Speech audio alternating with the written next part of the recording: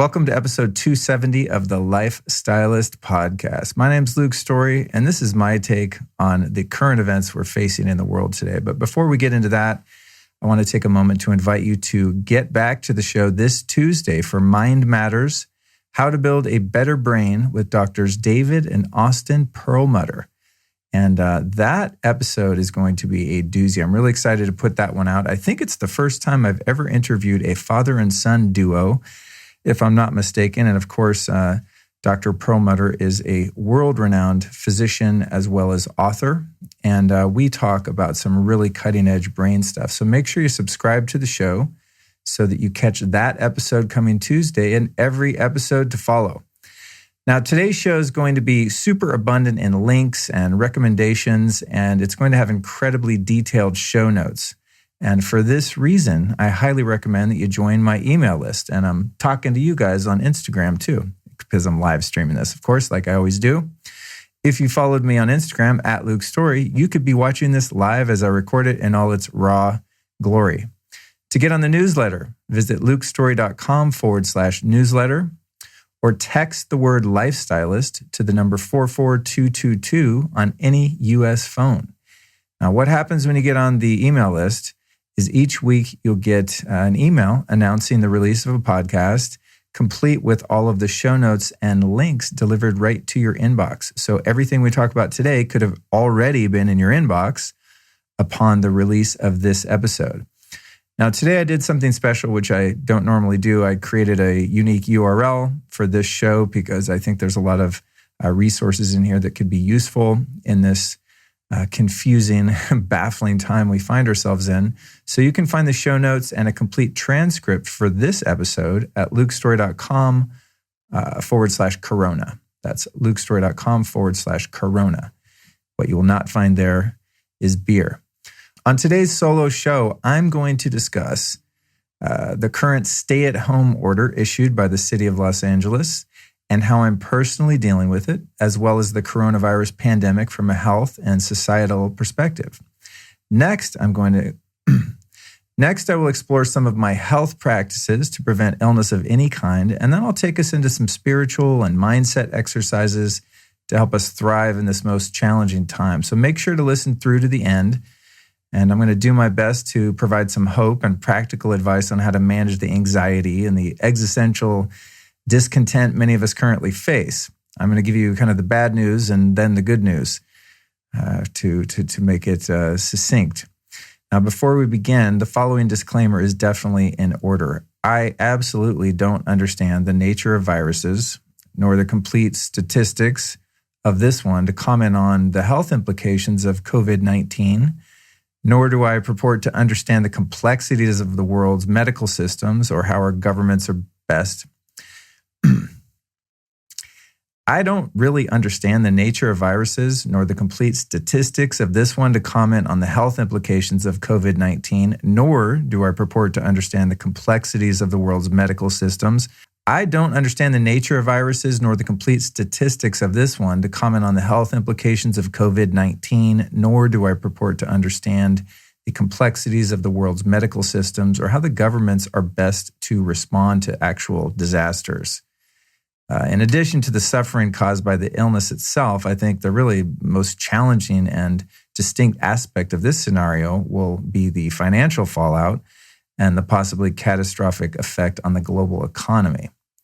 So I intend to explore the issues at hand with compassion for those who've been negatively impacted and to shed some light on the more curious circumstances surrounding this pandemic and, of course, the reaction to it by the media. Now, there's mounting evidence, even by some mainstream news outlets, shockingly, to support the idea that this could be a man-made bioweapon. Some claim the deployment of 5G cell networks has made the impact of the virus worse, or as some people have even suggested, caused it. So in the show notes, I'm going to provide links to a few of the 5G/Wuhan videos for you to explore. To say they are compelling would be an understatement. Now, of course, none of us really know what's going on. We just we take in what we hear, we try to have discernment and, take things with a grain of salt. And I'm going to explore a lot of the different takes that the media has been given to this situation. And we'll just have to kind of meander our way through it and try and separate the wheat from the chaff, so to speak.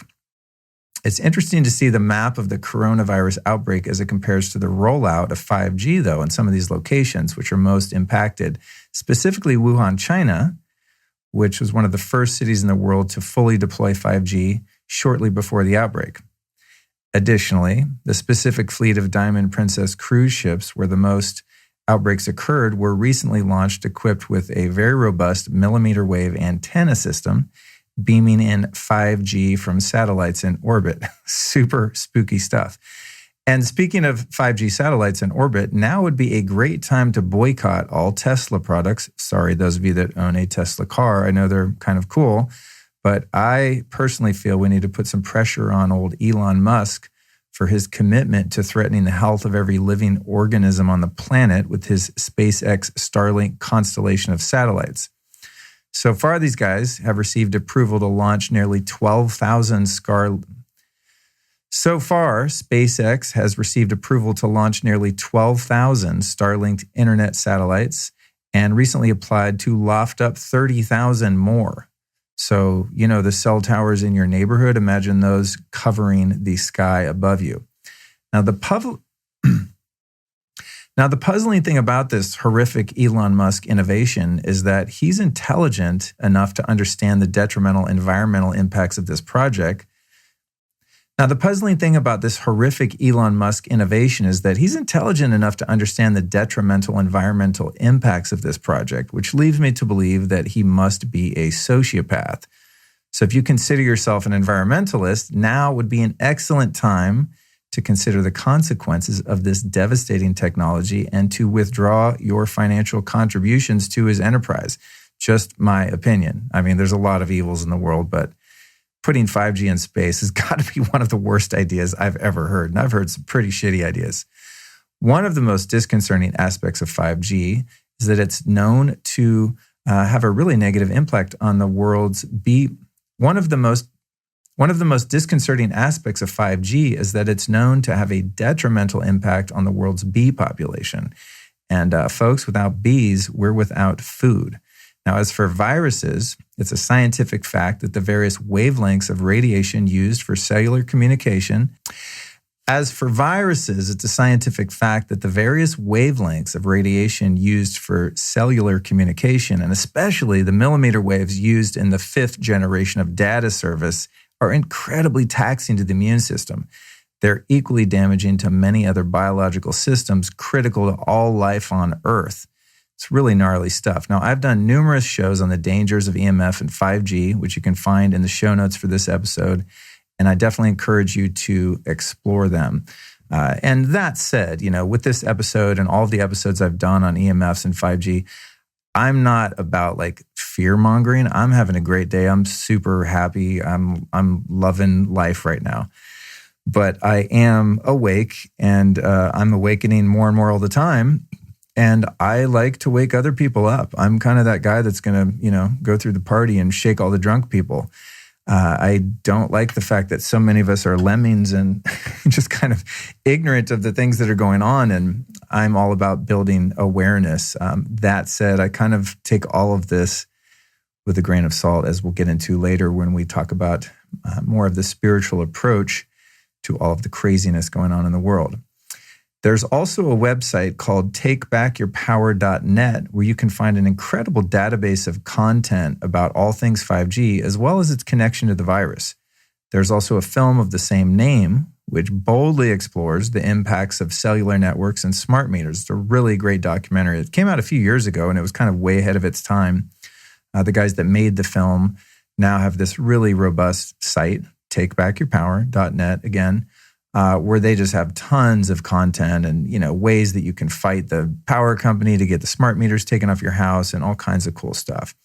Now, meanwhile, the media is debating whether or not it's racist to include the country or city where the virus originated when referencing it. I mean, that's where we're at.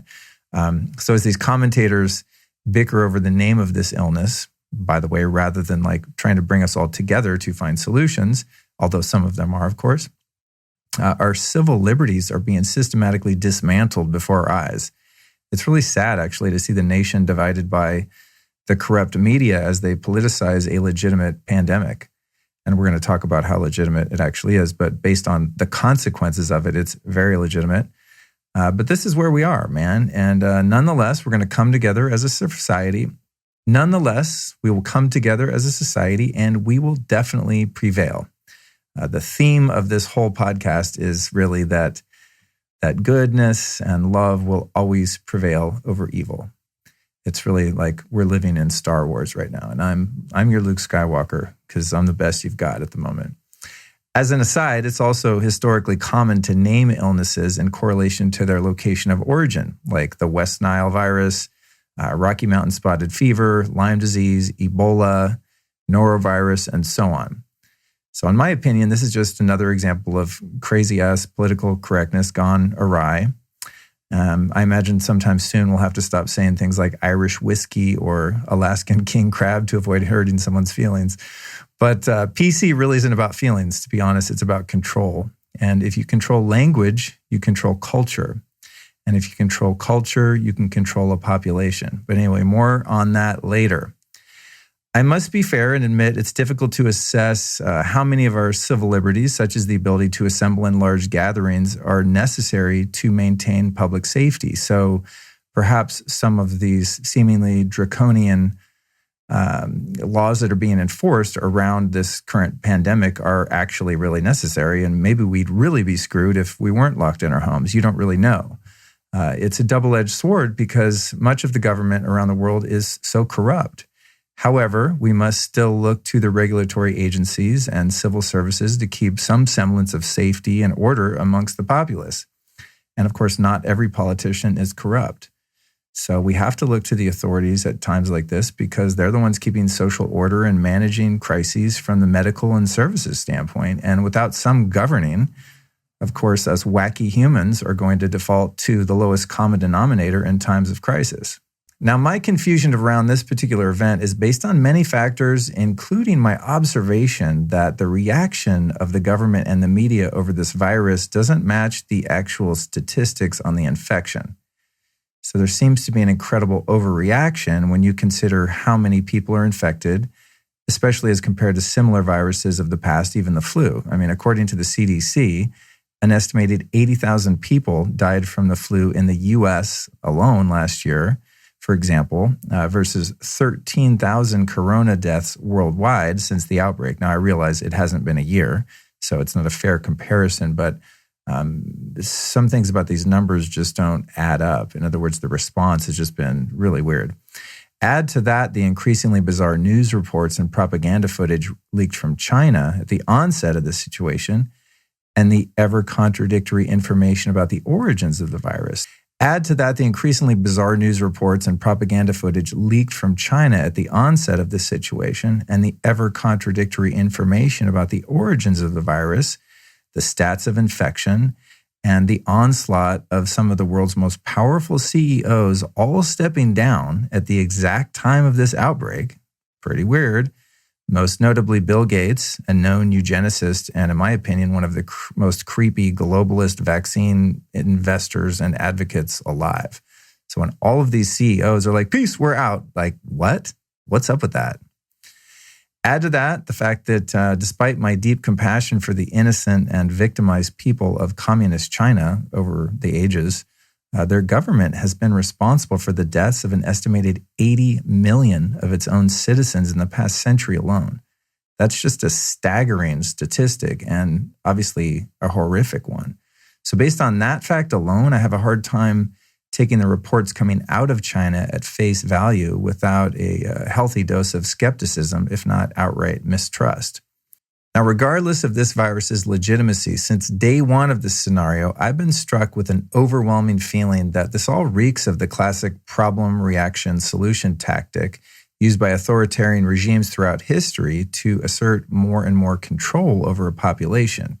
We're going to talk more about that when we get into the David Icke content later. By the way, before I forget, if anyone knows David Icke, I'd love to have him on the show. I'm bummed because now he's on the London Reel a lot, and that's a huge show, so people are probably hitting him up. But I've been a huge fan for many, many years, going back to the reptilian agenda stuff. If you know David Icke, you know what I'm talking about.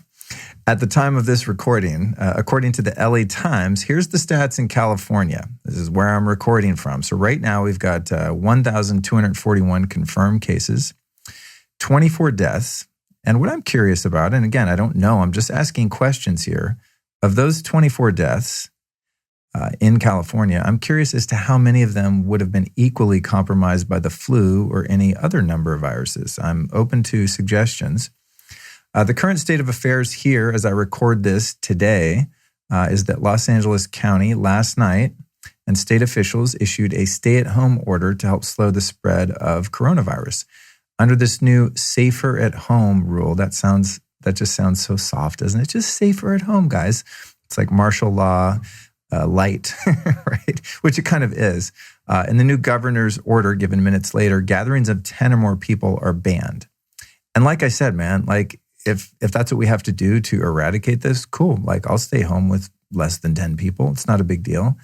But you just don't really know what's really happening here. And by the way, as I read through the rest of these orders, I don't really go out much because I don't go out much anyway, even when everything's rosy. But no one's really following this shit except businesses. I mean, if you go out in LA, you'd still go, damn, there's a lot of traffic here. If you'd never been here, if you live here, then you notice things are a little off. But it doesn't seem like things have changed all that much. But of course, the aftershock financially is going to be devastating. And I personally wouldn't be surprised if California goes bankrupt. But anyway, back to the task at hand. For gatherings that aren't prohibited, people must be separated by at least 6 feet, have a hand washing station or hand sanitizer available, and post a sign notifying people not to come if they have a fever or cough. And I found this out today when I went to UPS. Very tense in there.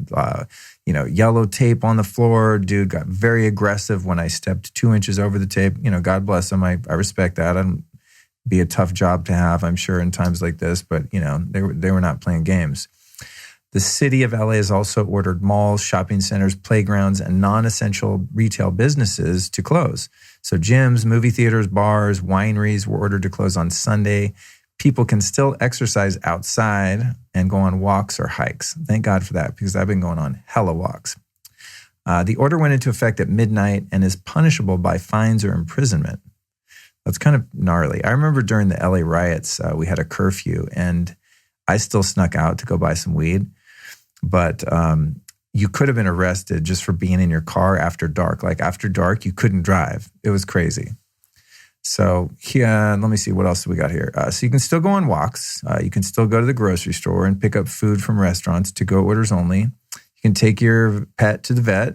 You can go to the doctor or the pharmacy, or you can help someone else get supplies. So, I guess you could just do whatever you want and be like, yeah, I'm going to get supplies for someone. So I don't know. It's a strange rule. To me, it's sort of that boiling a frog government kind of evasiveness, where you put the frog in the pot, you turn on the heat, and the frog doesn't know he's going to be boiled because it heats up little by little.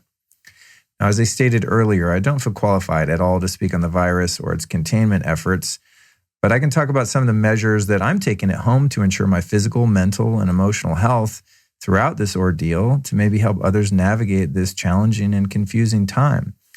As for my physical well-being, my girlfriend Alice and I have been spending much time at home with very little interaction with people from outside. We also have, gotten a little nutty with the alcohol spray, more so at my suggestion. She's kind of, humored me on this. But if we go outside or touch the mailbox, or, today I went and got gas and put my hands on the gross gas pump, and, you never know who's been blowing snot in their hand and touching that thing or whatever. So I made some cool little alcohol spray, and I'm spraying the hands down when there's interaction with the outside world. And to be honest, really the staying home part is really dope for me. I don't like going out much anyway. And I've used this time to get a lot of work done and fine-tune my meditation practice. I was kind of falling off my game there a little bit for a minute. And I've been spending plenty of quality time with my lady, which has been awesome. And I'm just so grateful that I live with someone and I'm in a great relationship. God, I can't imagine if I was still single. That would have been just so boring. And as I said, I like staying home alone, and I'm fine with my own company, but it's actually been really fun to just hang out and at least, support one another. and find ways to, kind of laugh and keep our spirits up. When one's kind of down, the other one picks the other one up and whatnot. So I feel for you if you're one of those people that doesn't have someone. And if you are, congratulations. We're also doing daily ozone sessions to minimize the risk of any type of infection dramatically. Now, I do this kind of all the time. So, some days I skip, but most days I'd say I take in a little ozone. Right now, twice a day, I put the ozone in my ears with a stethoscope, rectally with a catheter. I've not been able to talk my girlfriend into that one, by the way. She's sticking with the ears, understandably. And I very carefully put it up my nose into my sinuses, also using the stethoscope. Now, here's what's up. I got to warn you, you must be very careful not to inhale ozone gas. So I do not recommend treating your sinuses unless you've received some kind of training to do so. It's potentially really dangerous for your lungs. I also link out to 2 different very legit ozone generators in my site store, lukestory.com/store.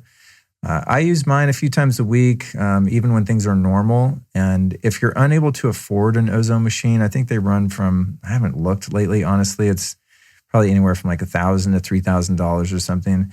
But you can also find alternative practitioners in most mid to large size cities that offer various ozone treatments. And if I didn't have one at home, I'd be seeking this out as an option right now with great dedication. I would be finding ways to get ozone all the time. Ozone is incredible for stopping the all kinds of different infections: fungal, viral, bacterial, parasitic, etc. Infections do not like ozone. So, I discovered ozone many, many years ago, and I would have to go out to somewhere and have it done. And then I eventually just pulled the trigger and got my own unit. I think the one I got is kind of a homemade one. I had it tested to make sure that it's not made with cheap metals or anything like that. And it's, it passed the test, but it's not one I would recommend. It was just kind of made by a kook in a garage, but it makes ozone and it's safe and I use it. But I would get one of the ones that are on my site if I was going to buy one. And I way overpaid for mine. I think I paid like $3,000, and it's not official enough to be worth $3,000 because you want to be able to control the output and, the concentration of ozone and things like that, because really in a clinical setting, you would be using a different concentration depending on where in your body you're putting it. I just put that shit on high and put it everywhere, which is probably not the smartest way to do it, but ozone is freaking awesome. You guys hanging in there okay? Okay, good. It's still a fun single? Of course. Of course it's fun single. I was single for like 30 years, basically. Okay. Now, I'm also megadosing wild oregano oil and oregano juice daily by North American Herbs and Spice. And I take their capsules with every meal, which I do most of the time anyway. I also brush my teeth with the oil mixed with toothpaste. I do that almost every day as well. And wild oregano specifically is an incredibly powerful antiviral medicine. It's also antibacterial, antifungal, and antiparasitic. And by the way, if you eat a lot of sushi, I would highly recommend getting on some high quality oregano oil stat due to the abundance of parasites in some fish. And by the way, don't bother with the cheap stuff either. You want the wild Mediterranean varieties if possible. Now, of course, something's better than nothing. I mean, right now in this situation, if I had to get some like shit from the, drugstore that was kind of fake ass oregano oil, it's still better than nothing. But the wild stuff is just completely different. And you'll find that out once you try it. I'm also doing lots of surthrival grass-fed colostrum for its incredible immune-boosting effects, as well as daily hyperbaric oxygen chambers, tons of ice baths, and of course, infrared saunas and my clear light sauna. All of those things great for the immune system. Another great way to avoid infections, by the way, is frequent tonsil sprays with the Beekeeper's Naturals Propolis throat spray. I have those things kind of in my car and every room in the house, and times like this or when there's a lot of people sick in general, I'm just constantly kind of taking little shots of that. And it's incredible stuff and completely natural. Another big gun in my immune system arsenal is the biocharger, which has just published a special Wuhan virus recipe in their frequencies menu, which is really cool. I need to upload that onto my device. I have not done so yet, but I got an email from them saying that they'd put together some antiviral programming and that you can run that on the biocharger. Now, on the free tip, because people always want to know what are the free ways that we can remain healthy, and I'm happy to report that the best biohacks in the world are always, always free, and that the supplements and devices are only secondary to nature and the things that God provided for us to stay well. So what I'm doing is I'm sun gazing every morning, which has been a little challenging lately because it's been cloudy and rainy here in LA, which is really rare. And in the beginning of this whole thing unfolding, it rained for quite a few days, and that made it a little bit creepier because when it rains in LA, everything's just weird. It happens so infrequently that it's kind of dysregulating.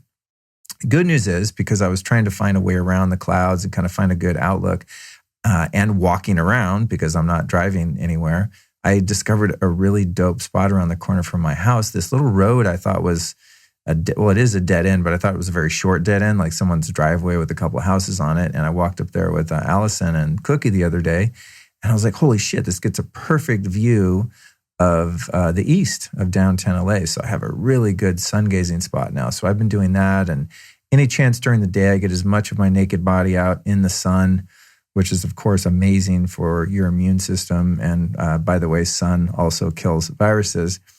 I've also been grounding, just walking barefoot as much as possible and getting lots of fresh air out of my walks with the lady and the dog, and just digging, living in the hills and kind of using it as a time to discover all these nooks and crannies in my neighborhood that I didn't know existed before. I'd also like to add that the number one most powerful way to keep your immune system in order, get ready for this, this is a really techie biohack, is by avoiding fear as much as possible. Yes, that's true. Negative emotions are extremely taxing on your immune system. Even just, living in a state of anxiety, hatred, rage, anger, fear, just wrecks your nervous system. When your nervous system can't drop into a parasympathetic, relaxed state, your body does not have a chance to heal, and it's really hard on the immune system. So my approach to all of this is awareness. So I'm aware of the current events, and I'm being prepared as I can for an impending crisis. But I'm really doubling down on my prayer and my meditations so that I can remain neutral in my perception of the ongoing events rather than getting in this duality of good and bad, etc., and really doing my best to minimize news and media, and looking once or twice a day, just kind of see what's going on, because I don't want to be completely out of the loop. Like, if they're throwing everyone in jail that takes a walk, I want to know about it.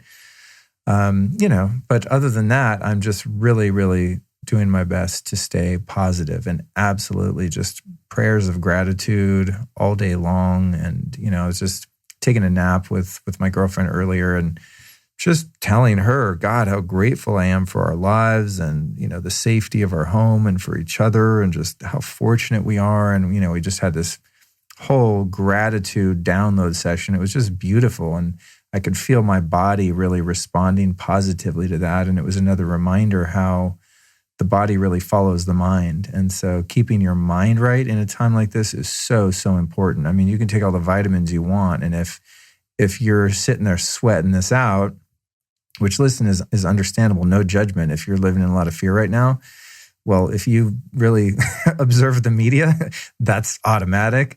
I understand, but I just, I'd love to invite you to really put some time into meditation and prayer as a means by which to really take care of your physical health, but more on the emotional, spiritual side later.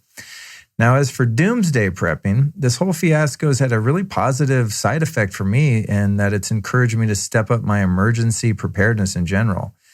And thanks to the highly cherished Second Amendment in this country, we're, able to be fortified with home protection, as I have been for many years. And I did, however, make those tools of protection a little more accessible in my home as a result of these developments. Everything was kind of tucked away and, quite safe, and it's still safe, but now more readily available. I lived in this is what's up. Like I lived in LA through the LA riots and the Northridge earthquake in the 90s. And I got a firsthand glimpse, just a taste, it wasn't that bad comparatively to some world events, but I got a taste of how fast civic order can break down in times of uncertainty. And, that glimpse of what societal breakdown looks like was more than enough for me to kind of brace for looting and general chaos that can ensue when people become desperate and afraid. So if things were to get worse here in LA, like I don't want to be sitting here waiting for some fool to kick my door down and come take my toilet paper. You know what I'm saying?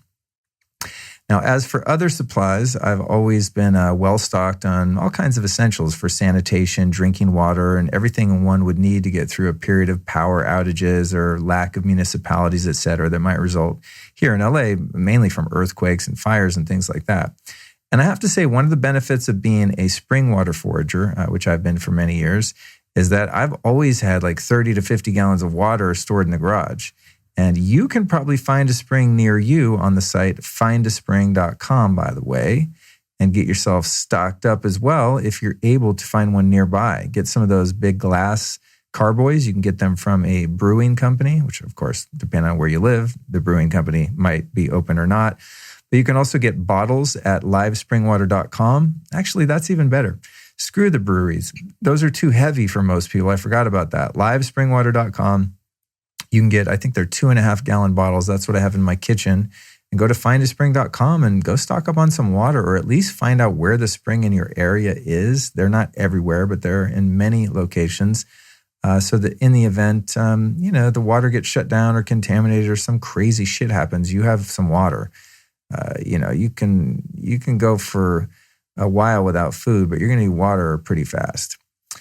The one essential, though, I've never been great about stockpiling is food, weirdly enough. And this is probably because I'm not a big foodie and I really don't enjoy cooking. But trust me, man, if the shit hits the fan, I don't want to be dependent on a 20-pound bag of rice and a bunch of expired sardines. So as a result, even though things aren't that wacky yet, just in case, even if it's not for this thing, but maybe it's for the next thing, I recently ordered I ordered a quarter pounder. I got a burger, y'all. I'm good. I ordered a quarter. How do I say this? This is the first time I've done it. I don't even know how you explain it. I ordered a quarter goddamn cow, guys, is what I did. I got a quarter grass-fed cow from a ranch called Covenant Pastures up north of Bakersfield. Came highly recommended. They're super legit, really, like humane certified, all organic, everything grass-fed. They even drink, I don't know if it's spring water, but definitely well water. Super legit. So I got this quarter cow coming. I got a chest freezer coming. I realized that, I could have been a dollar late and whatever the saying goes. I ordered this stuff and then I realized it takes a month for them to render the cow, and then they have to, age the meat and stuff. So I talked to the rancher a couple of days ago. So, is that thing going to be down here soon? He's like, dude, it takes a while. It's not just like you go grab the cow and throw it in a fridge. It's a process. So I'm in advance very grateful for the sacrifice of that animal. And I'm really actually quite pleased that it's coming from someone who respects the land and respects the animals, and that sacrifice will be made for me and not taken for granted in any way whatsoever. And so that was a smart move, but not as smart because I realized that in a power failure, that meat would just rot, right? And so that prompted me to buy a legit gas-powered generator and some, like military-grade gasoline storage tanks. Big ups to my friend Daniel Vitalis, by the way, who's, quite the outdoorsman, much more than my citified, domesticated self, for informing me that gasoline actually goes bad after a year or so and it won't work. So if you want to keep it stored, you have to get this gas additive. So got that cracking. And by the way, it's also a great idea to keep a full tank of gas in your car in the event of a shit hits the fan situation. So, the gas, the generator, all that stuff. Funny thing about the generator is, because I knew nothing about them, is that, even the badass one, they got some really badass ones that go in your backyard and go on for days and days and cost $80,000. But, the ones that are around $1,000, it's kind of funny because they go for, I think it's like the one I got goes for 10 hours on a full tank, which is about 6.5 gallons of gas. But like each one of those big military gas cans is only like 5 gallons. So I'm thinking, dude, like, what if the power goes out for a month? I mean, how much gas do you need to have? And obviously, it's really dangerous to store gasoline on your property, especially if you live in an area prone to fire, as I do to some degree in Southern California. So it's all a little sketchy, but I'm getting there, And as I said, even if it's not for this particular scenario, it's just kind of feeling good that whether I live here or I move somewhere else, that I have some of these supplies, and I feel like a grown ass man. You know what I mean? Like, I feel more prepared. And when it comes to prepping, my approach has been kind of err on the side of prudence rather than paranoia. And as they said in biblical times, trust God, tie up your camel. Meaning keep your head up and remain positive, avoid unreasonable fear, and then just take whatever logical steps you can to ensure your safety and the security of your loved ones in the event of an emergency. Same goes for having a few grand in cash on hand, stashed somewhere where you're not going to blow it when you get too lazy to hit the ATM. So as far as having to stay home and feeling like I can take care of myself, my girlfriend, our pets, I think I'm good to go for a couple of months, if not a few. That being said, in the light of this situation and the fact that 5G is rolling out, seriously, all over LA at an alarming speed, I'm not sure how long I'll really be able to hold out here.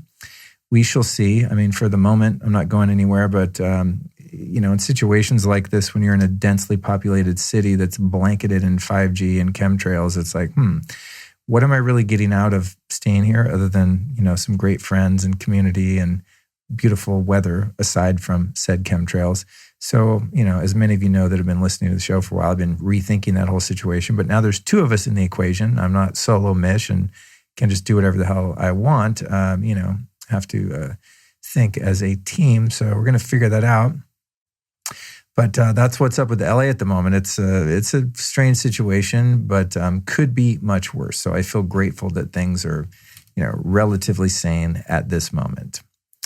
Now I'd like to get into some of my observations about the strange circumstances of this crisis. And many people have contacted me to get my take on. I'm getting a lot of DMs about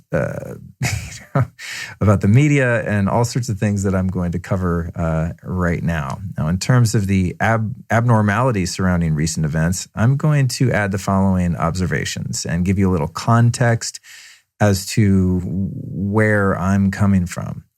Now, you have to understand that I'm for a very long time have been living, at least in terms of the information that I allow into my consciousness, I'm very much out of the matrix. And in fact, someone asked me the other day, they were like, because I was kind of talking about some of the insane positions taken by like extreme leftists over the past couple of years and how weird I think some of these views are. And so the person was like, so what are you, a Republican? I'm like, oh, you don't know me very well. Like Republican, Democrat, are you serious? Like this, you understand this is all theater. It's different faces.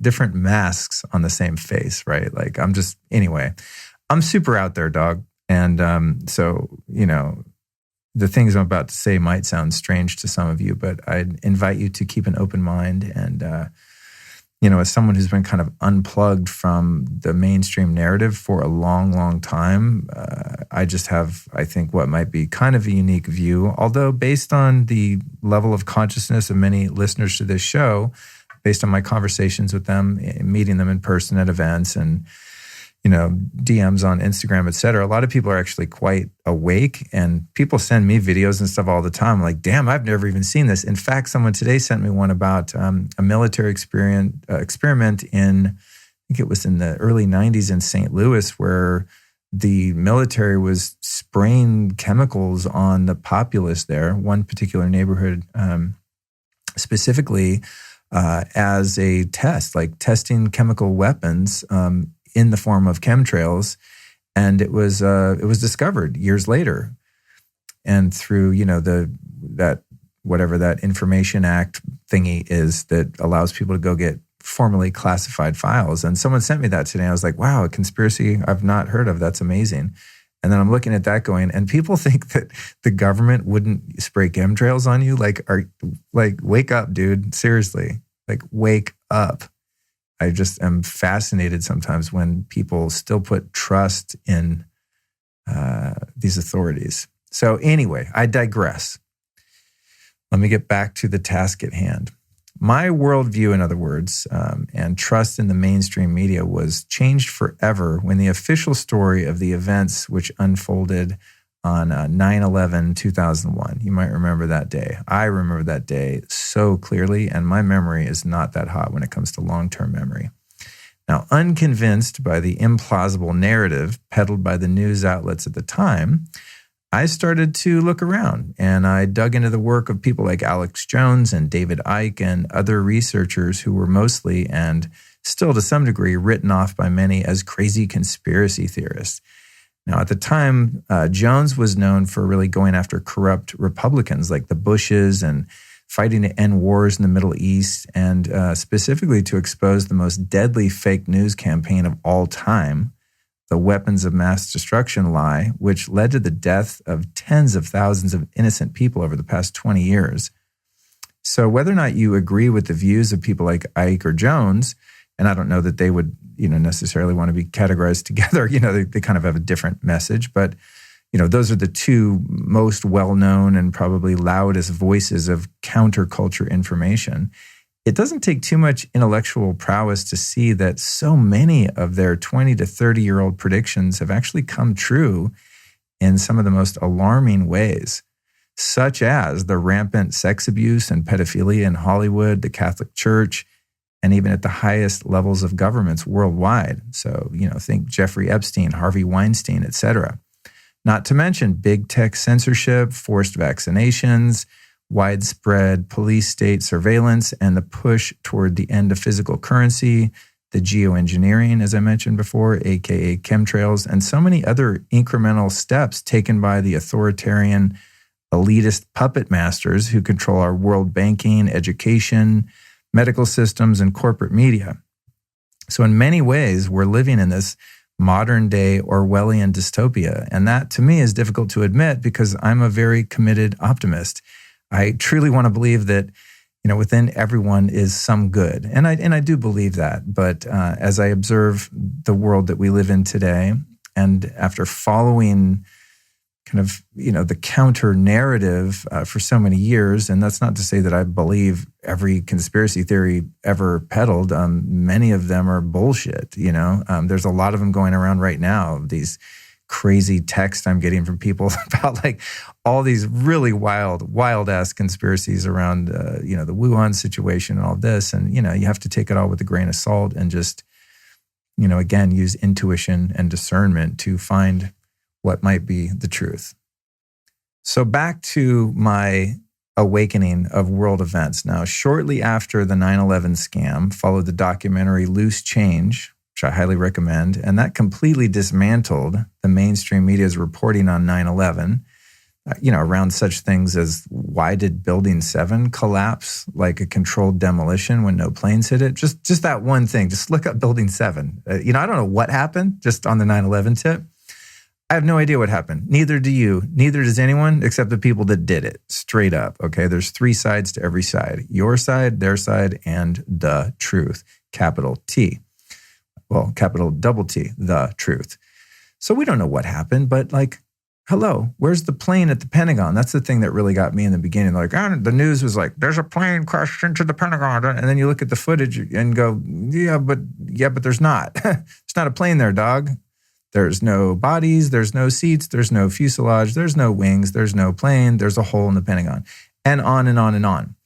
So the film Loose Change, amongst many, many others, most of them, not as well made as Loose Change, kind of just really blew my lid at that point. This was followed by the documentary film Zeitgeist, which further exposed the rampant media and government corruption. And there were many more to follow. Some of them, of course, more accurate than others. Some of them kind of sensational and just like clickbait entertainment. So just like the mainstream media, I don't take all alternative media to be the gospel truth either. There is much misinformation and error, whether intentional or accidental, on both sides. It takes much discernment and really strong intuition to weed through the falsehoods in all media and get to the truth, no matter what your political leanings or how much faith you put in our corporate-owned media. You've got to do your own research and come up with your own opinions and views, which is what I do. And, by the way, I'm always willing to explore a different point of view once I've formed one. Like if you can come up with a video for me showing an actual plane hitting the Pentagon on 9/11, change my mind. I dare you. Try to find it. It ain't out there because it doesn't exist. It's just one bit of information, nor does the plane that was supposedly crashed in Pennsylvania.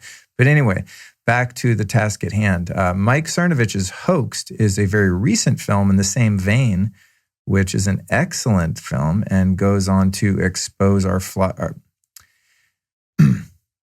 Mike Cernovich's film Hoaxed is a recent film in the same vein, which is excellent and goes on to expose our fraudulent media even further, and I highly recommend it. It provides a potent takedown of both our liberal and conservative media giants and their misleading agendas. So go check out Hoaxed. It's widely available online now. In fact, I think I'm going to watch it again on my actual TV because it's just so good. I mean, he just devastates the mainstream media. It's actually embarrassing and sad because, he just catches them in just 2 hours worth of just blatant lies and misinformation. And even that, you're like, wow, how can I believe anything?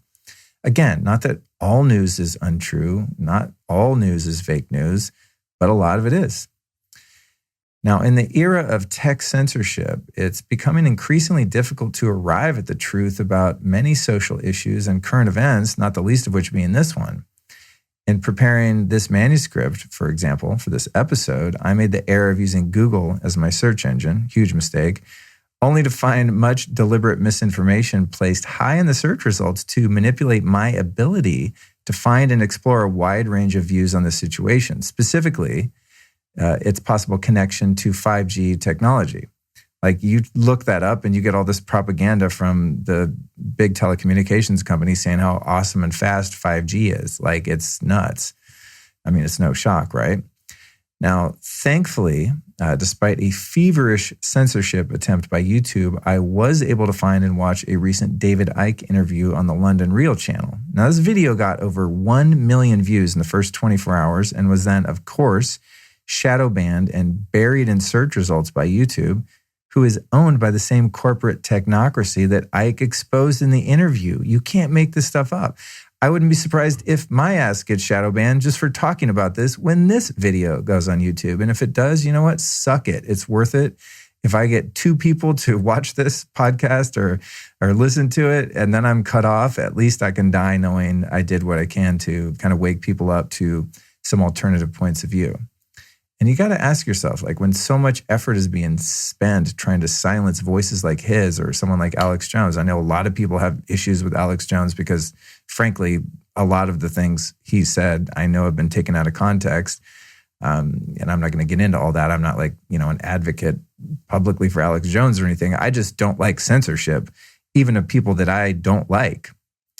It's just totalitarian and it's really dangerous. It's a very slippery slope.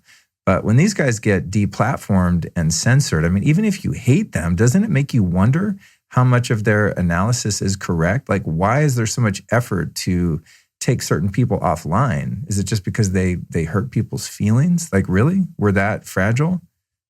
Seriously. I think many of us, and myself to a lesser degree than most people, were bullied a bit in school and whatnot. And I got my ass beat a few times just for being weird.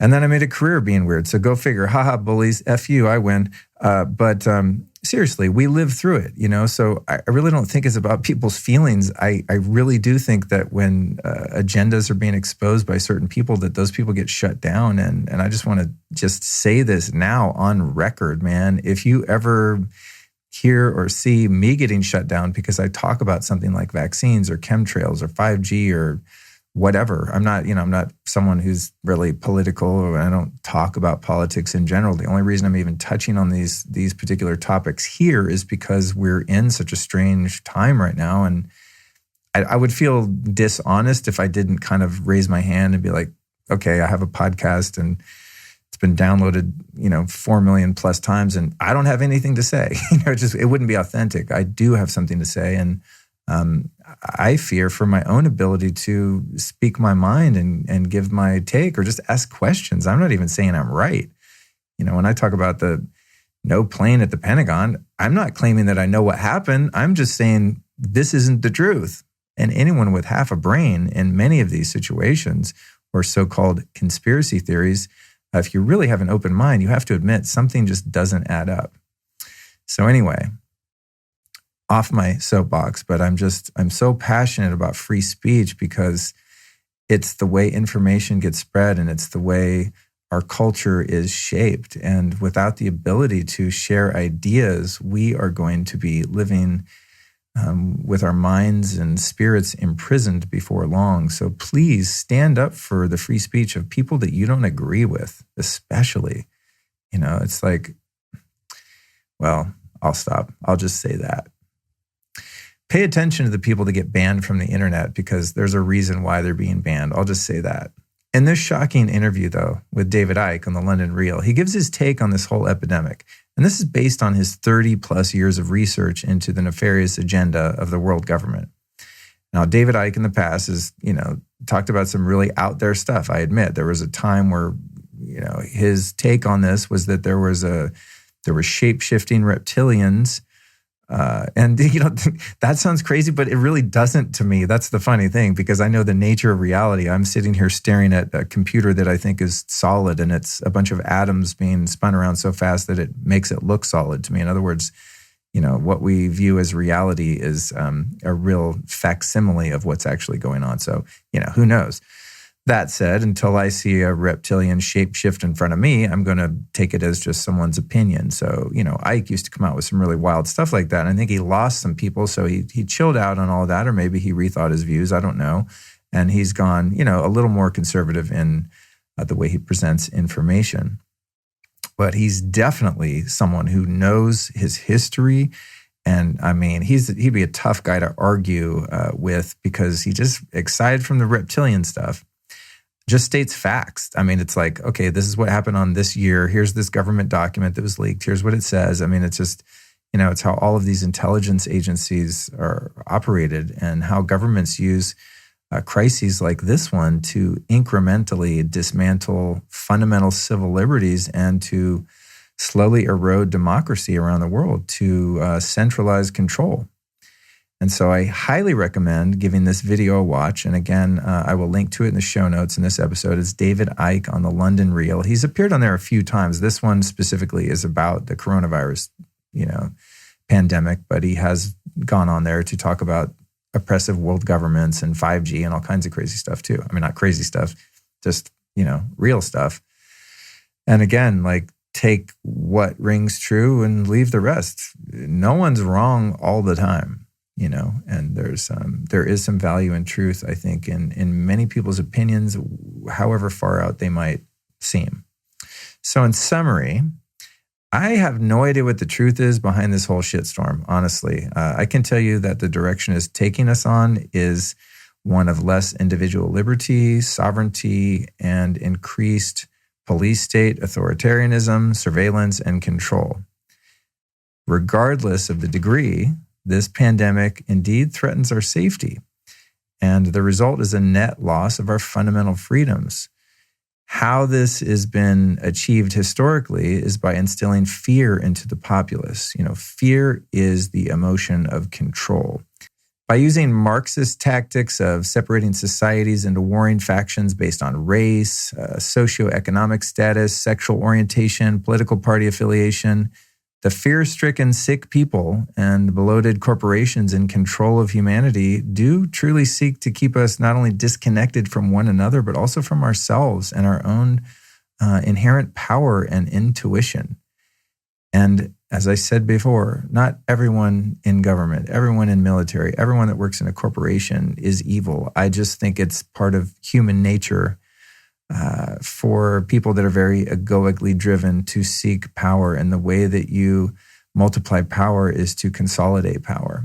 And so all of these tactics of separation that are used by the media and the powers that be, and all the fear that's instilled in us and all the panic exaggerated by the media, has a purpose. And the purpose is to consolidate power into a few corporations and eliminate small business to manipulate the economy through fake inflation, booms and busts, so that the people at the top get rich and get drunk on power. And, that's the bad news here, folks. And thankfully, though, just stay tuned. Don't hang up yet. There's plenty of good news, and we're going to take this all with a grain of salt. And also in terms of, how much of this virus issue is real, and it is, a health concern, and it obviously is. I mean, people are sick, people are dying, and, that's not good. So the government must do something. So I'm not paranoid. This isn't a tinfoil hat moment where I'm thinking, just let everyone die. Government shouldn't do anything.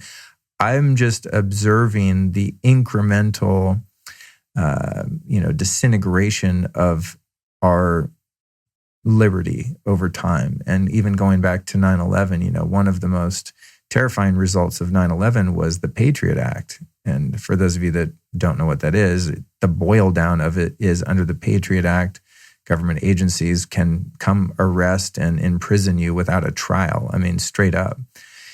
Now they don't tend to use it, but it's there, just kind of percolating in the background. And so, in situations like this, it's not that I don't think people are sick or I don't think the threat is real. Like I said, I'm using that. I don't use hand sanitizer because it's incredibly toxic and causes cancer. But I'm using alcohol and all the things that I'm doing, and I'm following the rules, man. I'm not going out. I'm actually probably one of the better behaved citizens of Los Angeles. I'm not breaking any of the damn rules. I respect law and order, and I respect law enforcement. I respect the military.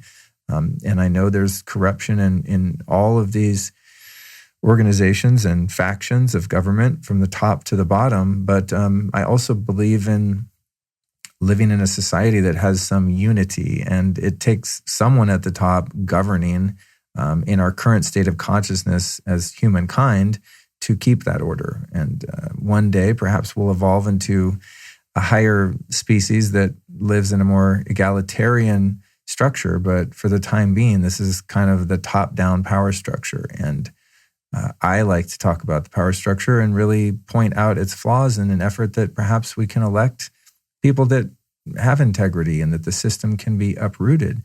And that's really part of the good news, is that the changes that we're seeing politically and everything that's going on in the world, I think so many people have just freaked out in the past 3 years in the United States and have just, completely turned over. And it's, to me, it's kind of a cognitive dissonance or Stockholm syndrome, where everyone's so used to the status quo, and, they know who their controllers are, they know who their masters are. And when there's a new slave master in town, Orange Man, it's like, oh my God, it's the end of the world. It's like, no, it's good.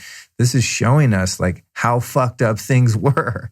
Like, people were so disoriented and so dissatisfied. They were like, let's try this crazy shit, and this is what we get. And so it's an opportunity now for us to seize the moment and really look at a different way of doing things in a way that's more fair and that's more kind and that has more respect for the environment and one another and just all life on Earth. And one that is more about togetherness than separation and all of those things that I know you want if you listen to the show. I mean, I know you're with me. Otherwise, you would not dig the content I'm putting out. I mean, not that you have to agree with everything, that I just put forth. This is all just my opinion and my observations, of course, but I know that you're someone who's spiritually minded if you listen to the show on a regular basis. And if you're new to the show and you don't know that, keep listening and you'll learn. So I'm hopeful that times like these will bring out the best in people like you and people like me and give us a more broad perspective in terms of what's possible for the way that our societies are handled, and to find a place of middle ground and neutrality where we can perhaps be less polarized in terms of our political views and actions and the laws that we make and enforce and who we put in charge and all of these things. So when things get upended, to me, that's always good news, man. It's like if you've ever had a garden, I've tried to garden a couple times, and you get a couple blooms out of it, and then it kind of just starts, growing over, and it gets all weedy, and the soil kind of dies, and you think, oh, this sucks. I have no more food. But what that does is it instigates you and gets you to go out there and dig it up again and, do it right, to fix everything that's broken. In other words, when something's broken, people are more motivated to fix it. And the status quo has definitely been upended in the past couple of years. And this situation going on now is just bananas. It's just insane what we're seeing in the world. And so rather than being in fear, I'm excited about what's to follow. So that's the beginning of the good news. More good news is that the law of polarity exists in our universe. I think that's what I'm trying to say. So as the powers that be tighten their grip on humanity through whatever means they can, as we're now seeing, they're also clearly in the middle of a massive uprising. The collective consciousness of humankind is waking up big time. So the darker the shadow, the brighter the light, as they say. With the rise of independent media like this podcast and others like it, and YouTube channels and blogs and social media, we are as a species in an awakening like no other time before, man. It's exciting. I mean, you think the 60s were awesome? We're about to blow that out of the water. Maybe not musically. I'm not that hopeful. I mean, I find a couple good songs on Spotify, but where's Jimi Hendrix? You know what I'm saying? That's the part of the 60s I'm waiting for. But anyway, you have to acknowledge, more and more people are exploring the realms of consciousness through practices like yoga, breath work, plant medicine, psychedelics. I mean, people are waking up, folks. I remember years ago going to New York and trying to find, New York City and trying to find, yes, it's gone back like 10, 11 years, just trying to find organic food in a yoga studio was almost impossible, and then you go there now, and it's like there's a yoga studio on every corner, sound baths, breath work, all kinds of stuff going on. People are really looking for answers, and that's exciting because the answers are there for those who seek. And we really live in the most extraordinary time, I believe, in human history. We're being given a choice in each moment to succumb to the lower states of consciousness, of fear, despair, jealousy, envy, anger, resentment. And the powers of evil, greed, and selfishness thrive on our fear. And it's by the fear that they can manipulate us into forgetting how powerful indeed we are.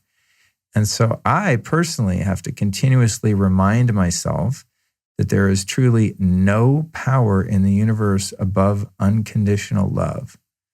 I mean, you got to hear that. You have to understand the power of love. It sounds like airy-fairy, unicorns and rainbows, but you just look at what someone like Gandhi was able to accomplish using the higher states of consciousness and unconditional love. This dude almost single-handedly defeated the most powerful empire in the world with that principle. To manifest peace and a sense of security and well-being within myself, I must especially practice compassion and love for the very people that I'm talking about that seek, whether through ignorance or intention, to destroy humanity and our way of life through their own pathologically blind selfishness. Forgive them, for they know not what they do, for example, is a powerful principle to apply from this perspective. Each one of us, no matter how deprived and repulsive our behavior is merely doing what we deem to be right at any given time. Every evil dictator and vile criminal is doing what they see as the most effective way to get what they want in each moment of transgression. Just as I, in my moments of weakness and ignorance throughout my own life, wholeheartedly believed I was taking the most appropriate action to achieve what I thought would provide me with the desired outcome. I've never done anything wrong because I knew it was wrong. Everything I've done wrong in my life, every mistake, I thought it was the best idea I could come up with at the time. As they say in a program, they say it's my best thinking that got me here. When I got sober, it was like, I'm out of ideas. Like every brilliant idea I ever had ended my ass up in rehab. That's when I really had my come to Jesus moment, so to speak. Really, not even so to speak. I mean, not that I came to Jesus, but I came to God because I realized how dumb most of my ideas had been, because they were all based on animal desires and drives. And, it was just completely in the quagmire of an egoic state of consciousness. And I really thought I was pretty smart, man, back in the day. And this is true of everyone that does wrong or does evil. They're literally doing the best they can. We as humans simply act out patterns based on trauma we've endured throughout our lives. As a former teacher of mine was fond of reminding me, hurt people, hurt people. He used to always say that to me, Luke, hurt people, hurt people. And that's how he would help me to find compassion for people that had hurt me, whether in present life at that time or in my past, and to find a path to forgiveness, and also a path to forgiveness for myself when I made mistakes and hurt people inadvertently. Just from my lack of consciousness and awareness, I had been hurt and I was acting out my patterns of trauma and hurting people without meaning to, and having an honest sense of remorse, but then getting caught up in the guilt and self-condemnation because I thought that I was a bad person. It was not a moral issue. It's just patterns of trauma being acted out over and over again on the world stage. And you see this in our leaders of all stripes, all of them. The ones that are especially sick too. And this is the human condition. It's that we get hurt by perpetrators. And if we don't find a spiritual solution to that trauma and we don't heal it, we are destined through inertia and through the programming of our subconscious minds to act out those very same transgressions and behaviors on other people. So this point of view, though, that I'm talking about, because I know to some people, they're going to think, so you just forgive everyone? I'm not ready to do that. Well, me either. So this must not be mistaken for giving license to or permission for wrongdoing or behavior that would otherwise cause harm. Its position is instead to gain a deeper understanding of what really motivates people and governments and corporations, for that matter, to partake in actions and practices that are so flawed and destructive from a higher place of awareness. In other words, how can we view some of the things that we would condemn as evil from a different point of view, and to be able to understand the bigger picture so that we can not only heal individually, but also heal on the collective. Forgiveness is for the sinner, not for the sin itself. Where there's wrongdoing, there surely must be appropriate consequences, and karmically speaking, there always are, whether or not we see them in this lifetime or not. No one's getting away with anything, folks. Every hair on your head shall be counted, as has been said. And in the heart and mind of every person lies the capacity for both good and evil. And it's in this choice that we, as a uniquely gifted species, are provided with this rare karmic opportunity to rise above the lower states of consciousness and evolve as souls, as spirits. This is what Earth School is all about, man. And really, what a pointless existence it would be should we not be afforded the full spectrum of human experience, from the darkest of dark to the most divine light from which to shape our destinies. I mean, what would be the point, right, of incarnating into a human body if there were no lessons to learn, no means by which to advance and grow to the next level of evolution? It's as though we need the dark to merge toward the light. On the physical plane of existence, duality is necessary to remove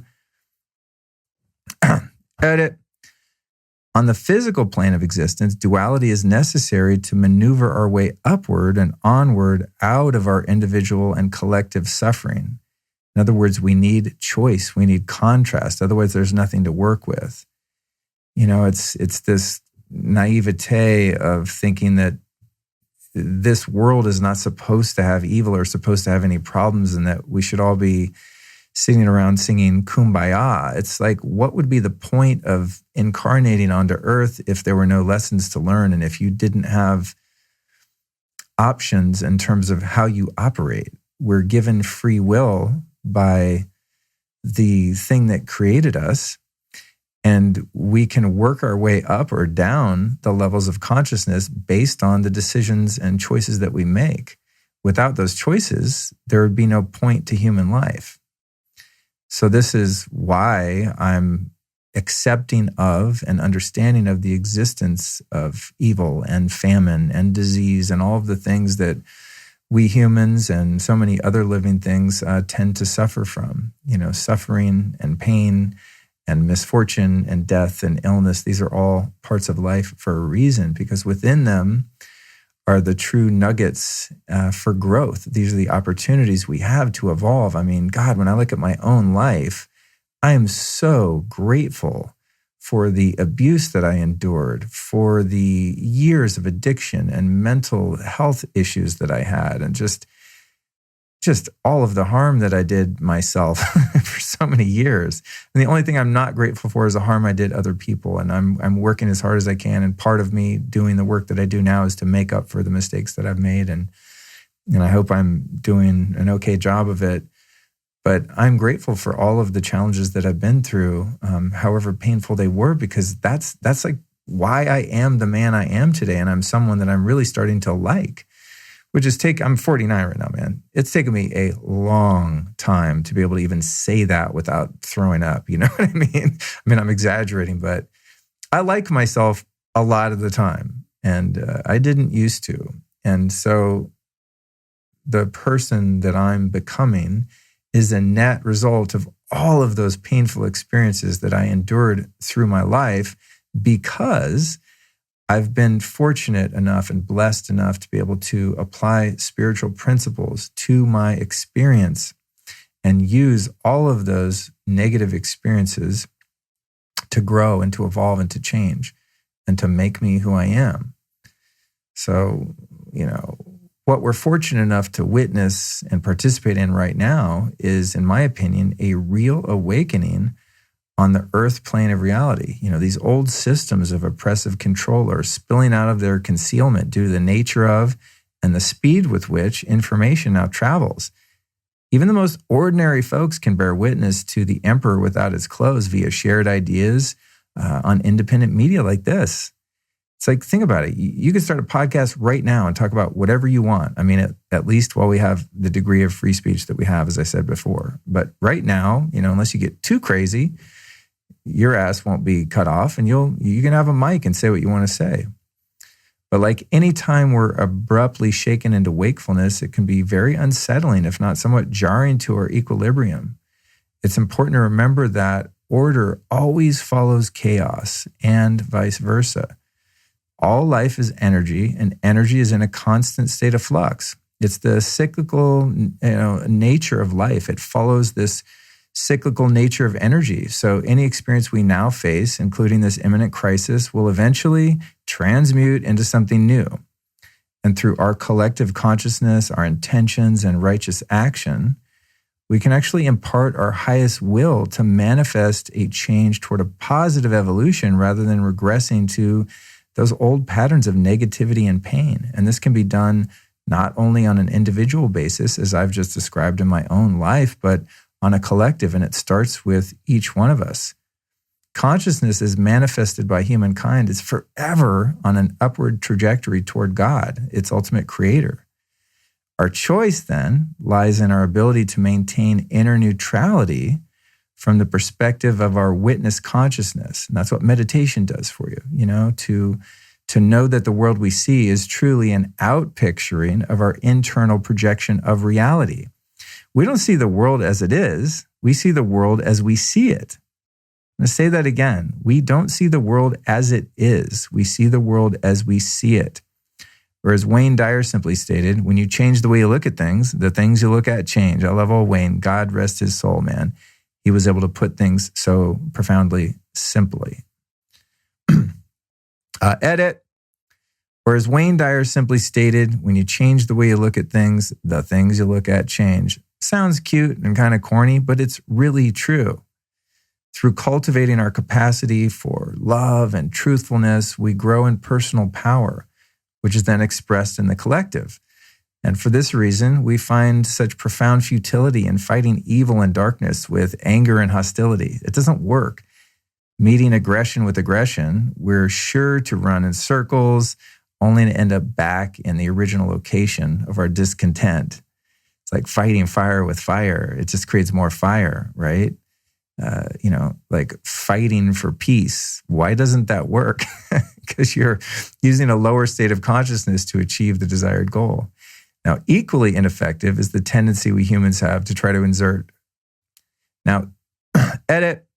Now, equally ineffective is the tendency we humans have to try and exert control and change over our outer circumstances and the people around us without changing who we are as individuals. This fact can be so plainly stated in the brilliantly simple statement, be the change you wish. This beautiful fact is so plainly stated in the brilliantly simple statement, be the change you wish to see in the world, which, by the way, has been historically and incorrectly credited to Mahatma Gandhi. Now, as accurate and profound as that statement, what he said goes even further to illustrate this universally applicable truth. Here's the real quote right here. Gandhi said, "We but mirror the world. All the tendencies present in the outer world are to be found in the world of our bodies. If we could change ourselves, the tendencies in the world would also change. As a man changes his nature, so does the attitude of the world change towards him. This is the divine mystery supreme. A wonderful thing it is, and the source of our happiness.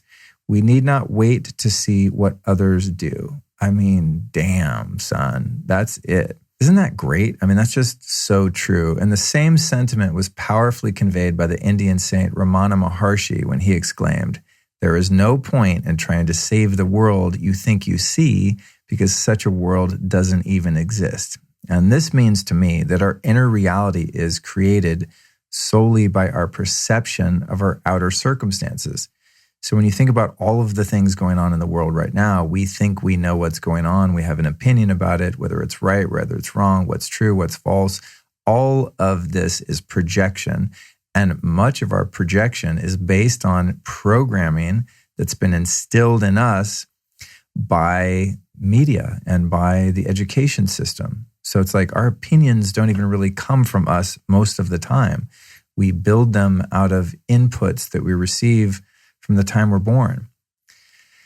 However, with this framework of truth, I'm able to reconcile much of my discontent with the current state of human affairs, what I just talked about basically earlier, and my grandiose opinions about like the way things should be. I think the world should be like this. I mean, if you go on Twitter, you see a lot of this, right? Everyone's solving the world's problems. Everyone's an armchair, president, etc. Now, when I find myself enraged over the grievous crimes perpetuated on the earth and its inhabitants, such as chemtrails and electrosmog, or even like the heinous crimes of human trafficking and child abuse so rampant in our society, I must remember that this is all part of the universal master plan, and that from my very limited perspective, as one single point of consciousness, I cannot fully see the big picture and the real purpose of the entire spectrum of human experience.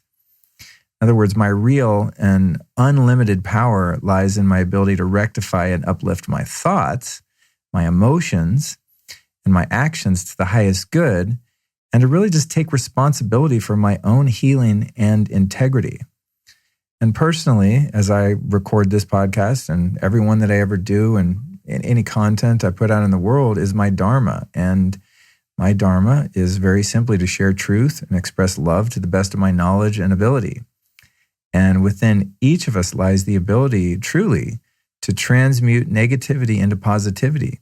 If we can systematically uncover and remove the falsehoods that obscure our vision of the ultimate reality, which is God. I mean, that's it. That's everything you see is God. For people that, can't find God, I always say, well, that's because it can't not be found. God, there is nothing that's not God. Another way to say it is, if you can't find God, guess who moved? So just as when clouds are present in the sky, right, it doesn't mean that the sun no longer exists. It's not like the sun's gone. In the same way, when we're under the spell of our own misguided perceptions and negativity, it doesn't provide proof that God isn't there or doesn't exist. There's just something in the way. What we're faced with is the challenge of our ability to see God through the clouds of falsehood and to work diligently to remove the shadows that erode our faith. It's about the obscurity of God It's about the things that are in the way, our preconceived ideas, our pride, our shame, our guilt, our trauma, our misguided thinking. Those are the things that keep us from having that experience of faith in times that we're experiencing now, for example. It's like, God, am I going to die? I'm going to die. I'm going to die. I'm going to die. Right? I mean, all fear really, if you trace it back to its core, is a fear of death. It really is. You can play this game I learned from Dr. David R. Hawkins. When you're afraid of something, you go, okay, if this happens, then what? Well, then this happens. If that happens, then what? Then what? Then what? It's the then what game. And anything you're afraid of, even public speaking, I'll give you an example of something that I sometimes am afraid of. I mean, I fake it really good, but I get nervous when I go on stage, especially as the crowds get a little bigger over time. One day I was at a Tony Robbins event, like 12,000 people, and I was kind of practicing a manifestation technique and imagining myself being announced, as one of his guest speakers. And you guys, no, I can't do a Tony Robbins impersonation right now. I'm totally not in that zone, but Tony, right? Oh God, what does he always say? I can't believe I'm forgetting. It's so funny. I've been to enough of his events. But anyway, I was imagining myself, and here comes my friend Luke Story. Like, imagine myself coming out to this roaring crowd to share my truth. And I was like, oh my God, it's terrifying. I hope that never happens, in a way, because then I have to face those fears. But anyway, back to the then what? So say, you're afraid to go on stage. What's going to happen? Well, I'm going to be laughed at or ignored or disrespected. And then what? Then I'm not going to have any friends.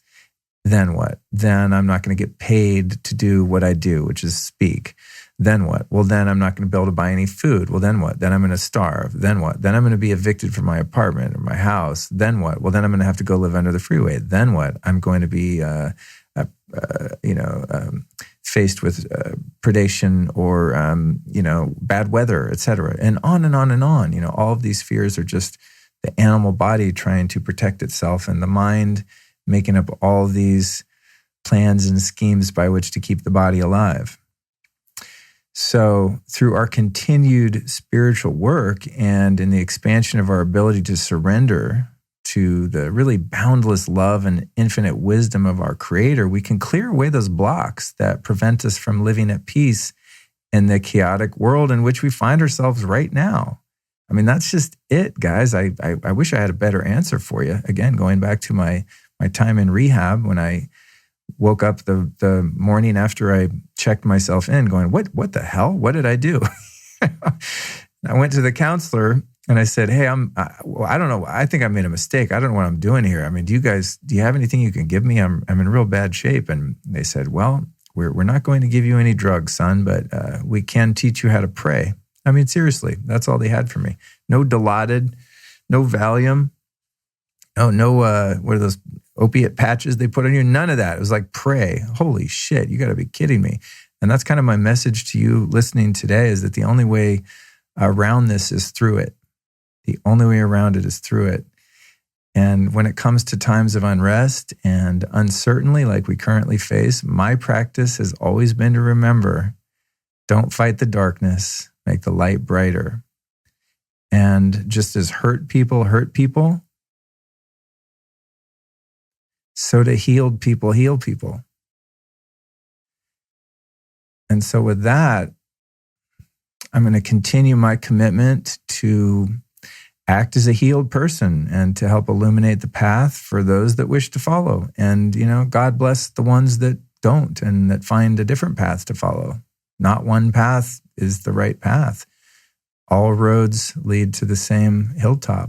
All windows to God end up in the same mansion. There's a lot of paths, but the path that I've found is one that's being forged daily, and it's one that works. I'm living proof that one can overcome great adversity and one can change. I mean, I used to be a really unhappy I was kind of a dick. I was not a great person. And, some might argue that I'm not now, but I don't think many would. A couple trolls out there maybe would disagree with that. But by and large, I really know that I'm a powerful and positive influence on the world, however large or small that influence might be. And really, as I start to close this up, the most powerful tool that I rely on, and I talked about this earlier, but especially in challenging times like this, is prayer. And if that's not something you currently practice, I highly encourage you to give it a shot. And the funny thing about prayer is that it works even if you don't believe it will work. I learned that early on. When I first started praying, I thought, this is so stupid. What, some invisible man is going to come out of the clouds with a beard and solve my problems? You got to be freaking kidding me. And, because I was desperate enough and humble enough to give it a shot, and I was put in a position where I had no other options, I just did it. And it started to work. And I thought that was so fascinating that my problems improved and that I was able to access power to overcome so many of my challenges, even though I didn't think it was going to work. And another principle that never fails to put things in perspective for me is gratitude. I've been taking a lot of time to be thankful that this thing isn't worse than it is, and to acknowledge how blessed I am to have my basic needs met and to be surrounded by people I love. I know so many people in the world right now obviously have way worse conditions, especially those in the affected areas of China and other hard-hit locations around the world. Things are rough for a lot of people. And so I'm mildly inconvenienced and, have a little bit of anxiety, and I'm not quite sure what's going to happen and, where I'm going to end up and what's going to happen in this city and things like that. But the gratitude is what grounds me. Man, I'm sitting here recording a podcast right now. Life is good, I'm fine. And remaining grateful for that is really good medicine. So with that, y'all, I'm going to get ready to sign out. I'd like to just tell you, man, stay safe out there, and remember that together we can overcome any challenge, but in separation, we lose our purpose. Together we have unity, and there's so much power in unity. So now is a time, especially politically, man, for all of us to put our differences aside and just remember, at least in this country, I know people around the world listen to this, and you have your tribe wherever you are. But, speaking to my fellow Americans, man, there's been a lot of division at the hands of many sources. And now is the time to really just be neighborly and chill and really be there for one another. And I think if we can do that and all work together, we can overcome this and any other adversity that we're faced with in the coming years. And I want to give my sincere blessings to anyone that's been injured, or especially anyone that's perished as a result of this virus. And, Godspeed to all of you. And thank you so much for listening to this podcast. I had no idea this was going to be such an epoch of a share. But it is what it is. I guess I had some things to say. I've been storing it up since this thing unfolded. So I want to thank you so much for listening. And if you benefited from this episode, please share it with someone you love or someone who's confused and disoriented in this time we face now. And I also want to invite you to visit lukestory.com/newsletter to join that newsletter and get show notes for episodes just like this sent to you every week. You can also text the word lifestylist to the number 44222 on any U.S. phone. And I'm going to send you everything I got every Tuesday. I'm very respectful of the email list. I do not spam. I do not share emails. I hate spam. Honestly, I don't use the word hate often because it's a negative word, but yeah, spam bums me out. So I would never do that to you. I'm going to send you really high quality content, and that's it. And that's all. Now for this episode, you can also find the show notes and a complete transcript of this episode at lukestory.com/corona. It's also due that we thank our sponsors. Otherwise, I wouldn't be able to sit here and do this right now, honestly. So I want to thank Comrade Socks, comradesocks.com, for their badass compression socks. I know it sounds kind of weird, but these things are so rad, not only for travel and air travel, but for just standing up. So every time I do any speaking or I'm going to be standing around for a while, I'm wearing these damn socks. Comradesocks.com, 20% off using the code Luke. Beekeepers Naturals. Oh, sweet. I didn't realize when I was talking about their propolis spray that they were one of the sponsors in this episode because I just got to the bottom of the notes. Beekeepersnaturals.com. The audience discount code there is Lifestylist, and it's 15%. And then let's thank our friends at curednutrition.com.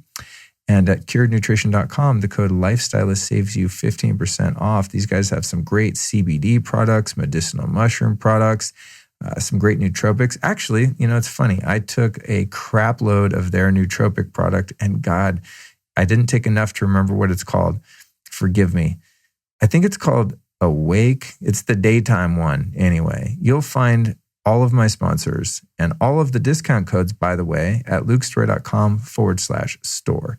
It's a great way to support your health and support really high integrity companies that are making products that, are helping you, family members, and me. I take all the stuff and use all the stuff that I run ads for on the show. In fact, if I didn't, I would not take their money. I really would not. I just can't do it. Or just even if something's just whack. I've had a lot of people approach me and want to pay me decent amount of money these days to read their ads on the show. And if I don't believe in the product, I ain't doing it. So you have my commitment there.